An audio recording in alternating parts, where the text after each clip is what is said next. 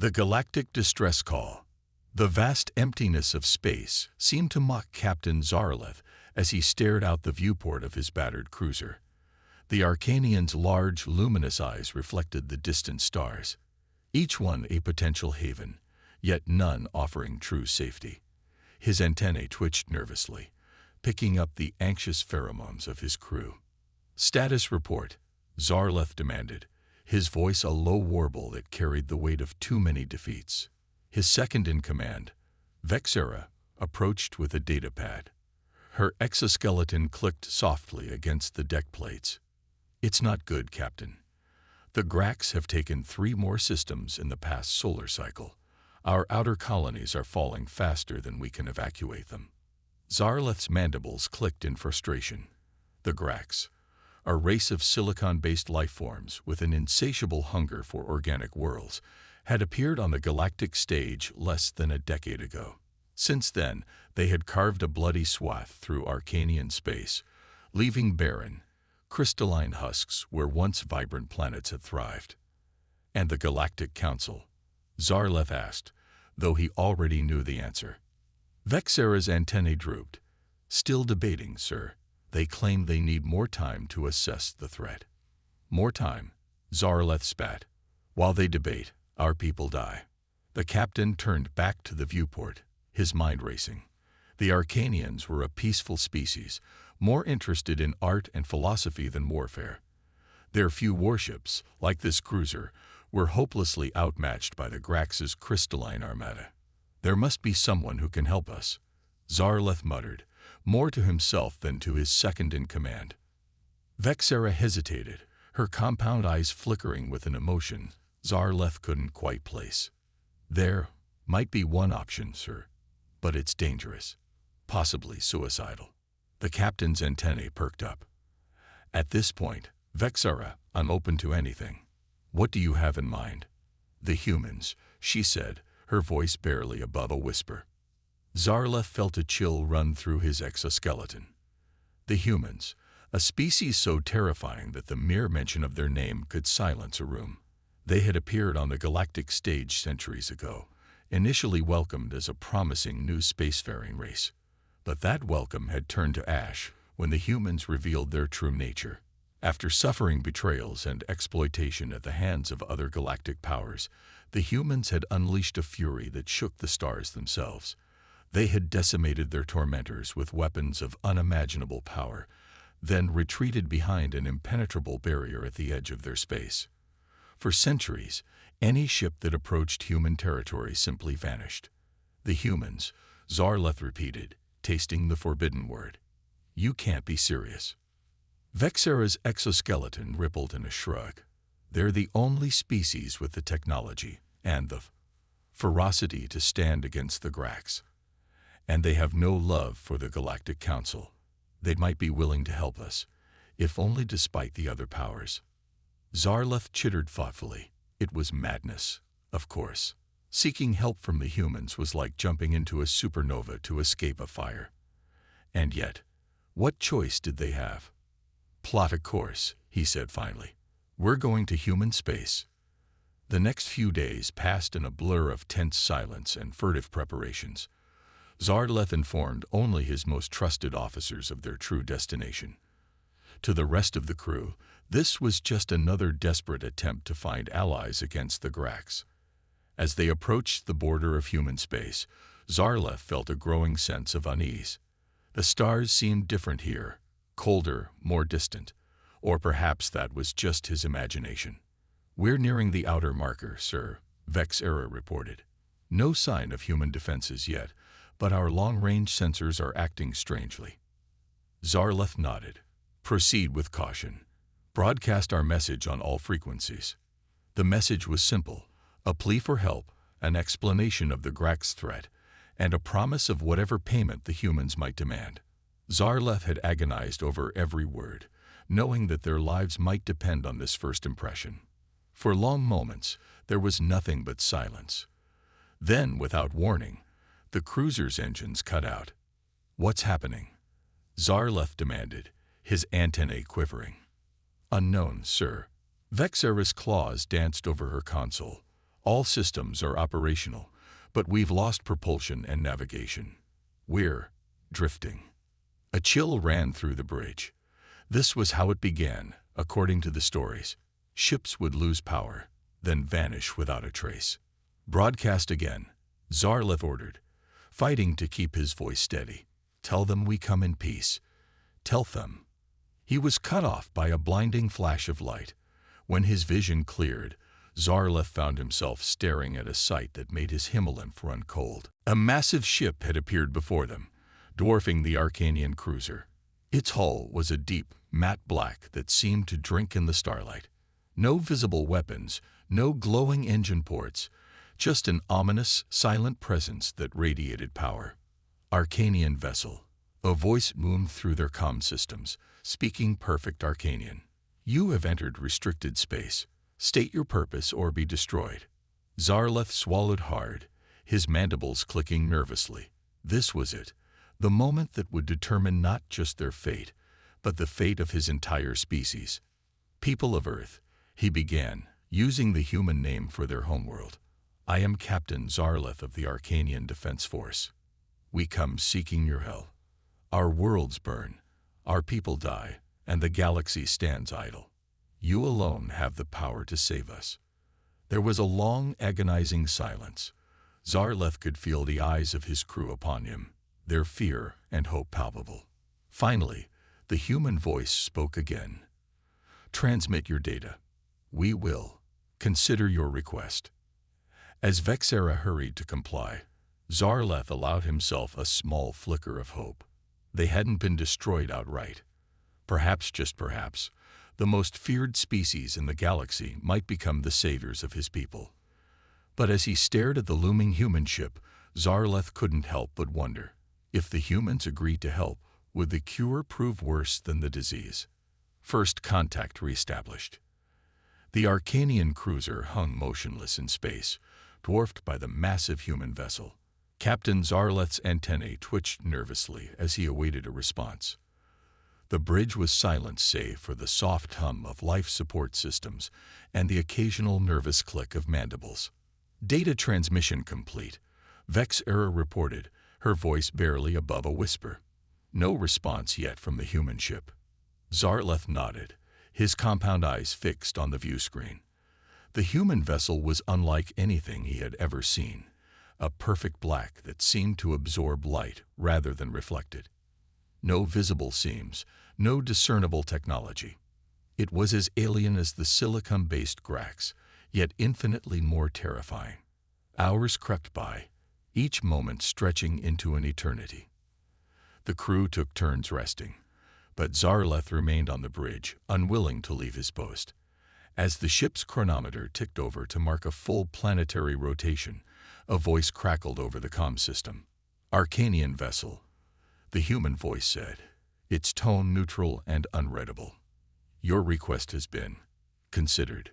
Prepare for transit. Before Zarleth could respond, a shimmering field of energy enveloped his ship. The stars outside the view screen blurred and stretched, and for a moment, the captain felt as if his exoskeleton was being turned inside out. When reality reasserted itself, Zarleth found his ship in orbit around a blue-green world that could only be Earth. The human homeworld, a place of legend and nightmare, unseen by alien eyes for centuries. By the first queen, Vexera breathed, her antennae quivering in awe. We're actually here. Zarleth was about to respond when a new voice, different from the one they had heard before, came over the comm. Arcanian representatives, the voice said, crisp and authoritative. I am Admiral Helena Chen of the Earth Defense Force. You will shuttle down to these coordinates for a meeting. 2 of you only. Any signs of hostility or deception will be met with immediate and terminal force. Do you understand? We understand, Admiral, Zarleth replied, trying to keep the tremor out of his voice. We come in peace and desperation. You have our deepest gratitude for this audience. There was a pause, then, save your gratitude, Captain. You haven't heard our terms yet. The communication cut off abruptly. Zarleth turned to Vexera. seeing his own mix of hope and terror reflected in her compound eyes. "Well, old friend," he said, attempting a light tone, "shall we go meet the monsters?" The shuttle ride down to Earth's surface was tense and silent. Zarleth watched through the viewscreen as they descended through clouds and over a vast ocean. As they neared land, he saw sprawling cities unlike anything in Arcanian space, towering structures of metal and glass that seemed to defy gravity. They touched down in a clearing surrounded by lush vegetation. As the shuttle's hatch hissed open, Zarleth's olfactory sensors were overwhelmed by the rich, alien sense of Earth. Two figures stood waiting for them, bipedal forms in sleek, dark uniforms. Zarleth had seen images of humans before, of course, but nothing prepared him for the reality. Their eyes, fixed and unblinking, seemed to stare right through him. Their smooth, chitinless skin looked unsettlingly soft and vulnerable. "Captain Zarleth," the shorter of the two humans said, stepping forward, "I'm Admiral Chen. This is General Okoye." She gestured to her companion, a tall, dark-skinned human with an imposing presence. Zarleth and Vexera both lowered their antennae in a gesture of respect. "Thank you for receiving us, Admiral General. I cannot overstate the gratitude of the Arcanian people for this opportunity." Admiral Chen's expression remained impassive. "Follow us. We have much to discuss." They were led to a nearby structure, a low, domed building that seemed to blend seamlessly with the surrounding forest. Inside, holographic displays flickered to life, showing detailed star maps and tactical readouts. "We've reviewed your data on the Grax threat," General Okoye said, his deep voice resonating in the chamber. "Impressive technology. Silicon-based life forms with a hive mind structure and the ability to assimilate organic worlds into crystalline forms compatible with their physiology." Zarleth's antennae drooped. "Yes, they've already taken a third of our territory. Billions of Arcanians, gone. And the Galactic Council does nothing but debate." A flicker of something, anger, disgust, passed over Admiral Chen's face. "The Council," she spat, "still playing their games while worlds burn. Some things never change." "Which brings us to the crucial question," General Okoye interjected, fixing Zarleth with an intense stare. "Why come to us? You must know our history, our reputation. Most species would rather face extinction than seek our help." Zarleth's mandibles clicked nervously. "This was the moment of truth. Because you're our only hope," he said simply. "The Grax cannot be reasoned with, cannot be appeased. They will not stop until every organic world in the galaxy is crystallized. We need a force that can match their ruthlessness, their technological edge." He paused, then added quietly, "We need the wrath of humanity." A long silence followed his words. The two humans exchanged a look that Zarleth couldn't interpret. Finally, Admiral Chen spoke.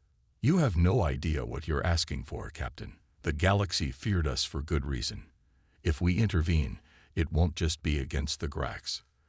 The old order, the Council, the smug powers that sat back and watched as we were exploited and betrayed, they'll all fall." Zarleth felt a chill run through his exoskeleton. We just want to save our people. We don't seek to upset the galactic balance." General Okoye let out a sound that might have been a laugh.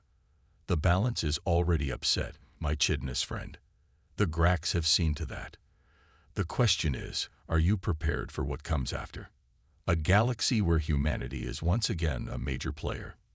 The implications were staggering. Zarleth's mind raced, trying to weigh the immediate survival of his species against the long-term consequences of unleashing humanity upon the stars once more.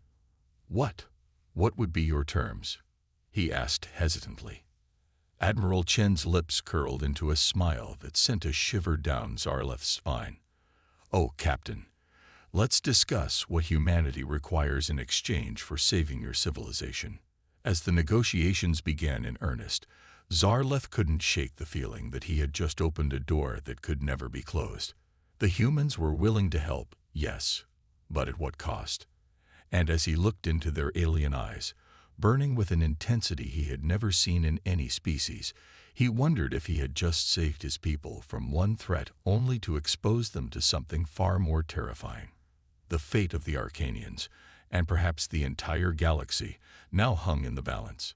And humanity, long isolated and nursing ancient grudges, was poised to re-enter the galactic stage with a vengeance. Humanity unleashed. The Sol system buzzed with activity unseen for centuries. Massive shipyards, dormant for generations, flared to life. Swarms of automated constructors wove titanic vessels from dark matter and quantum-entangled alloys. Each ship was a testament to humanity's relentless drive for technological supremacy during their long isolation. Captain Zarleth watched in awe from the observation deck of Earth's orbital command station. Beside him, Admiral Chen wore a satisfied smile. "Magnificent, isn't it?" she said, her eyes reflecting the glow of a newborn dreadnought. The sword of Damocles' fleet, each ship capable of reducing a planet to its constituent atoms. Zarleth's antennae quivered. "It's overwhelming. But surely such destructive power isn't necessary. The Grax are formidable. But—" "Oh, Captain," Chen interrupted, her smile turning sharp. "You don't understand. This isn't just about the Grax.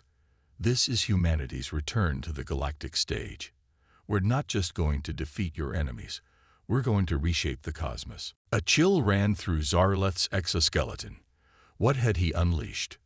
Weeks passed in a blur of frenetic activity. Human scientists pored over Arcanian data on Grax technology, devising countermeasures. Special forces trained in simulated crystalline environments. And always, more ships joined the growing armada. Finally, the day of reckoning arrived. The combined human Arcanian fleet prepared to make its first strike against a Grax-controlled system. Zarleth found himself aboard the flagship, HFY Nemesis, alongside Admiral Chen and General Okoye. The bridge hummed with quiet efficiency, a far cry from the chaos of Arcanian command centers. "Target system approaching," a young human officer announced. "Grax fleet detected. Composition matches intelligence estimates." General Okoye nodded. "Commence Phase 1. Before Zarleth could ask what Phase 1 entailed, space itself seemed to ripple. Hundreds of small, sleek vessels blinked into existence around the Grax fleet.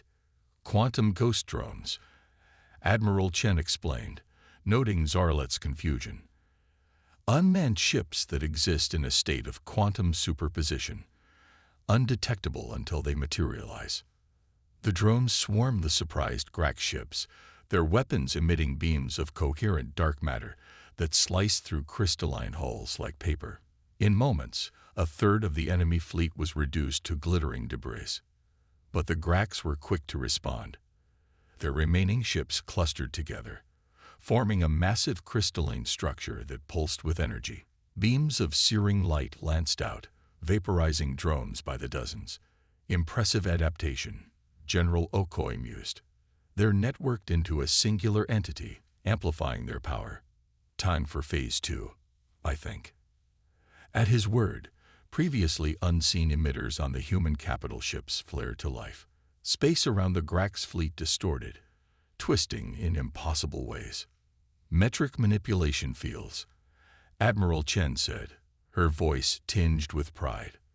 "We're altering the fundamental structure of space-time around them. Their networked consciousness can't maintain cohesion." Zarleth watched in amazement as the Grax superstructure began to fragment, individual ships spinning off in confusion. The remaining drones pressed their attack, herding the disoriented enemy into a tight cluster. "Now," General Okoye commanded, "the killing stroke." A single projectile launched from the Nemesis, streaking towards the Grax fleet. As it neared its target, it split into thousands of smaller objects, each no larger than a grain of sand.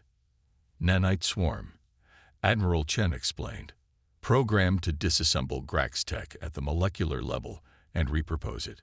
The swarm enveloped the enemy fleet.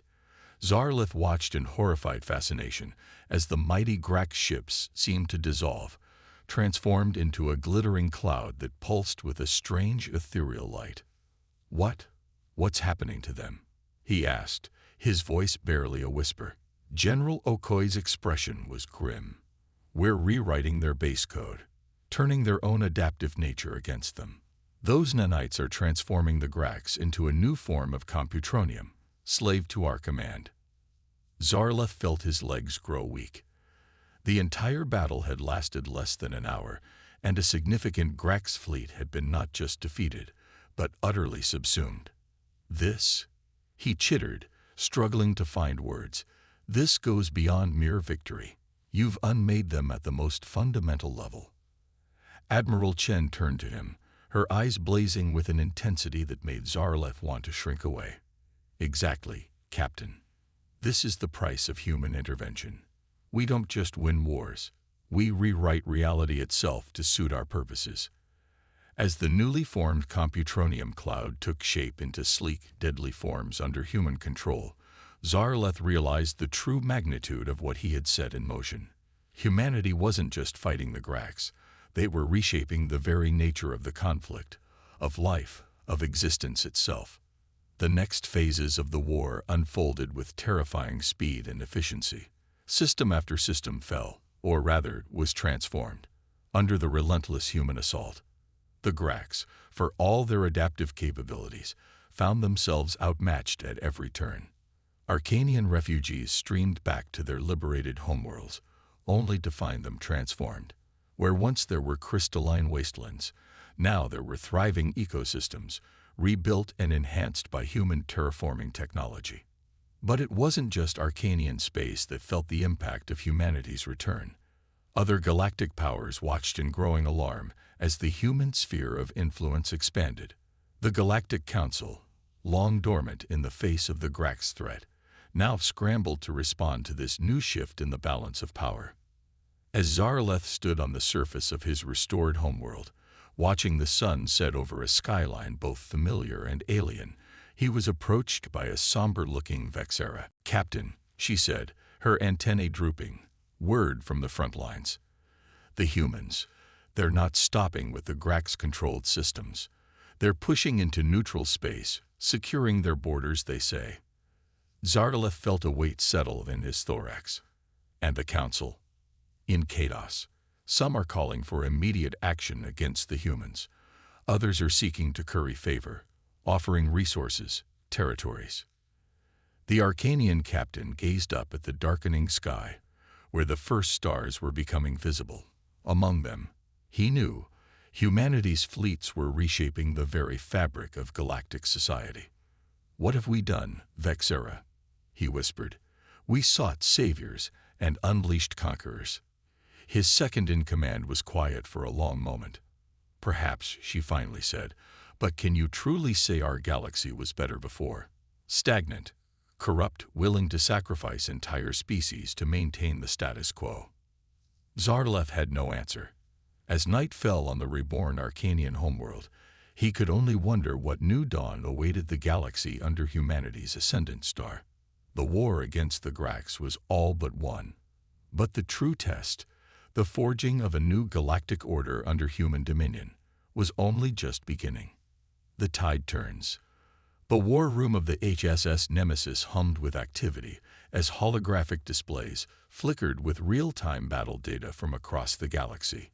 Captain Zarleth stood to the side, his compound eyes struggling to process the sheer scale of the conflict unfolding before him. Admiral Chen strode into the room, her presence immediately commanding the attention of every being present, human and alien alike. "Status report," she barked. A young human officer, his uniform adorned with insignia Zarleth didn't recognize, stepped forward. "Operation Sunforge is proceeding as planned, Admiral. The Grax have fallen back to their core systems, but our latest intelligence suggests they're preparing for a final desperate stand." Chen's eyes narrowed. "And the artifact?" The officer's expression tightened. "Located, ma'am, but heavily defended. The Grax seemed to know its importance." Zarleth's antennae twitched with curiosity. "Artifact? What artifact?" For a moment, he thought the Admiral would ignore his question. But then she turned to him, her gaze intense. "Captain, What do you know about the origins of the Grax? Taken aback by the sudden question, Zarleth chittered nervously. They appeared suddenly, from the galactic core region. Our scientists theorize they might be an ancient species awakened from some form of hibernation. But, close, Chen interrupted, but not quite correct. The Grax aren't natural at all. They're a weapon, an ancient superweapon created by a long-dead race to fight a war no one remembers. The revelation sent a shudder through Zarleth's exoskeleton. But how could you possibly know this? A thin smile crossed the Admiral's face. Because, my dear Captain, we've had a very long time to study the mysteries of this galaxy. Our isolation wasn't just about nursing old grudges. We were preparing, learning, unraveling secrets that the rest of the galaxy couldn't even imagine. She gestured to the holographic display, zooming in on a particular star system deep in Grax territory. At its heart pulsed a strange geometric structure that seemed to defy the laws of physics. This, Chen said, her voice filled with a mix of awe and anticipation, is the Grax control node, the artifact that directs their actions, that gives them purpose, and we're going to destroy it. General Okoi, who had been silently observing until now, stepped forward. But not before we subvert it, he added. We'll rewrite the Grax's base programming, turn them from a scourge of organic life into its protectors. Zarleth felt his head spinning. This goes beyond mere warfare. You're talking about fundamentally altering the nature of an entire species. Precisely, Chen nodded. This is the true power of humanity, Captain. We don't just win conflicts. We reshape reality itself to prevent them from happening again. As if on cue, alarms began blaring throughout the ship. The young officer from before rushed to a console, his fingers flying over holographic controls. Admiral, the Grax, they're launching a massive counteroffensive. Thousands of ships, like nothing we've seen before. Chen's expression hardened. So they've played their final card. Initiate Protocol Omega. It's time to show them what humanity is truly capable of. What followed was a battle that would be remembered for millennia to come. The Grax fleet emerged from hyperspace like a tidal wave of living crystal, each ship larger and more deadly than anything they had previously fielded.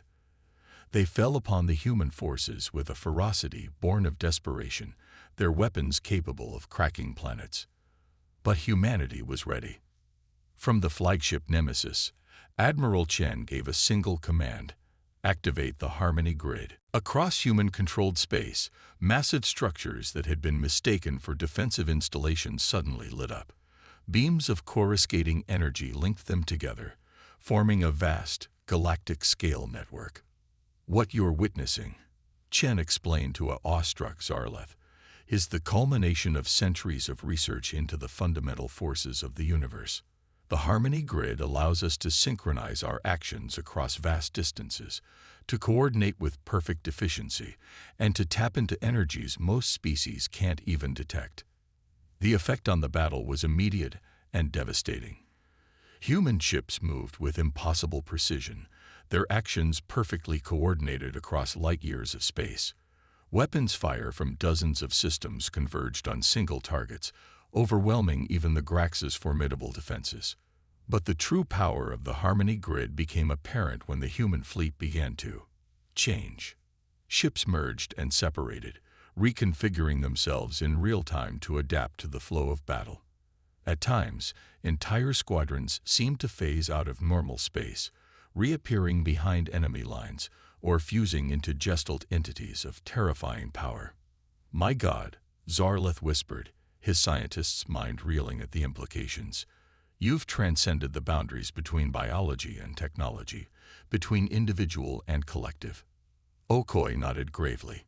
This is what we became in our isolation, Captain. Not just a species, but a new form of existence. One that can face any threat, adapt to any challenge. As the battle raged on, it became clear that the Grax, for all their power, were fighting a losing battle. Their rigid, hierarchical structure couldn't hope to match the fluid, ever-changing nature of the human forces. In a final, desperate gambit, the largest Grax vessel, a behemoth that dwarfed even gas giants, began to power up a weapon that threatened to tear a hole in the fabric of space-time itself. But before it could fire, a single human ship broke from formation. It was smaller than the others, sleek and black, and it moved with a purpose that seemed almost personal. "What is that?" Zarlev asked, his eyes fixed on the lone vessel. For the first time since he'd known her, Admiral Chen's voice held a note of something like reverence. "That," she said softly, "is the Starchild. The first of us to ascend, to truly merge with the technology we created. Watch closely, Captain. You're about to witness the power of a post-human entity." The Starchild streaked towards the Grax supership, effortlessly evading waves of crystalline fighters. As it neared its target, it began to glow with an inner light that hurt to look at directly. Then, in a flash that momentarily outshone suns, the Starchild and the Grax vessel simply ceased to exist. In their place was a swirling vortex of energy and possibility, a miniature Big Bang giving birth to new laws of physics. Direct interface with the quantum foam of space-time, Okoye explained, his voice hushed. Rewriting reality at its most fundamental level. As the vortex expanded, it engulfed more and more of the Grax fleet. But instead of destroying them, it seemed to be changing them. The crystalline shapes softened, organic forms emerging from within. Zarlev watched in stunned silence as the battle came to an abrupt end. The remaining Grax ships, now transformed into something new and unknown, stood down. The war, it seemed, was over. But as he turned to Admiral Chen, seeking some explanation for the miracle he had just witnessed, Zarlev saw something in her eyes that chilled him to his core. It wasn't triumph or relief he saw there. It was hunger. "Well, Captain," Chen said, her gaze sweeping over the holographic display of a galaxy forever changed. "Shall we discuss the terms of peace? I think you'll find that humanity has some interesting proposals for the future of galactic governance." As the implications of her words sank in, Zarlev realized that the Grax had never been the true threat. They had been merely the catalyst, the excuse humanity needed to unveil its true nature to an unsuspecting galaxy. The war was over, yes, but a new era, one that would reshape the very definition of life, of civilization, of reality itself, was just beginning. A new galactic order. The Grand Assembly Hall of the Galactic Council, once a symbol of unity and cooperation among spacefaring species, now stood as a testament to the new order. Representatives from 1,000 worlds gathered, their faces a mix of awe, fear, and barely concealed resentment. At the center of it all stood humanity's delegation, led by Admiral Chen and General Okoye. Captain Zarlev, now serving as the Arcanian ambassador, watched from his podium with a growing sense of unease. The events of the past year had reshaped the galaxy in ways he could never have imagined when he first sought human aid. Admiral Chen stepped forward, her voice carrying effortlessly through the vast chamber. "Esteemed representatives of the galaxy, we stand at the dawn of a new era. The Grax threat has been neutralized, but in its wake, we face challenges that will require a fundamental reimagining of our cosmic society." Murmurs rippled through the assembly. A Volcran delegate, their gaseous form shimmering with agitation, spoke up. "Neutralized? You mean annihilated and remade in your image? We've all seen the reports. Those were once Grax worlds, now populated by a new species," General Okoye finished smoothly. "One that combines the adaptability of the Grax with the empathy and creativity of organic life. A bridge between silicon and carbon-based existence. And who gave you the right to play God?" The Volcran shot back. "To decide the fate of an entire species, to rewrite the very laws of nature." Chen's smile was razor-sharp. "The same right that you all claimed when you stood by and watched as worlds burned. The right of the strong to shape the destiny of the galaxy." Zarlev felt a chill run through his exoskeleton. This was the moment he had feared since that fateful day on Earth. He stepped forward, his voice steady despite his inner turmoil. "Admiral Chen, General Okoi, on behalf of the Arcanian people, I must ask, what are your intentions for the galaxy at large?" For a long moment, the human leaders were silent. Then, with a gesture, Chen activated a holographic display that filled the center of the hall. It showed a galaxy transformed, worlds linked by shimmering energy conduits, vast structures orbiting stars, and at the heart of it all, Earth, pulsing with power. "What you see before you," Chen began, her voice filled with a fervor that was both inspiring and terrifying, "is the future. A galaxy united not by politics or treaties, but by technology. The Harmony Grid, which allowed us to defeat the Grax, will be expanded to encompass all inhabited worlds." Gasps and exclamations filled the hall. Okoi raised a hand for silence. "This is not an option, but a necessity. The Grax were just the beginning. There are threats lurking in the dark between the stars that would make them seem like a minor inconvenience. Humanity has seen them, has prepared for them. And now we offer you the chance to stand with us against the coming storm. And if we refuse?" A Meridian counselor asked, their crystalline form vibrating with tension. Chen's expression hardened. "Then you will be left behind. The Harmony Grid is not just a defensive network. It's the next step in evolution. Those who join will have access to technologies and abilities beyond your wildest dreams. Those who don't." She left the threat unspoken, but its weight settled over the assembly like a shroud. Zarleth, feeling the eyes of the galaxy upon him, knew he had to speak. "Humanity saved us when no one else would. They defeated a threat we thought unbeatable. But at what cost? We asked for saviors, and you've appointed yourselves our gods." A ripple of agreement passed through the alien delegates, but Chen merely smiled. "Oh, Captain Zarleth, you misunderstand. We're not appointing ourselves as gods. We're offering you the chance to become gods alongside us." With another gesture, the holographic display changed. Now it showed beings of pure energy, transcendent entities that seemed to exist in multiple dimensions at once. This is the true potential of the Harmony Grid. Not just a defense network, but a path to ascension. To transcend the limitations of biology and physics. To become something more. The hall erupted into chaos. Some delegates shouted in anger, others in fear. But Zarleth noticed a worrying number whose eyes shone with naked ambition and desire. In the midst of the uproar, a new figure appeared on the council floor. Humanoid in shape, but with a body that shimmered and flowed like living crystal. The transformed Grax representative, a bridge between the old enemy and the new order. "I stand as living proof," the being said, its voice a harmony of tones, of humanity's power to reshape reality. What they offer is not conquest, but evolution. The question is not whether you will join them, but whether you are ready for what comes next.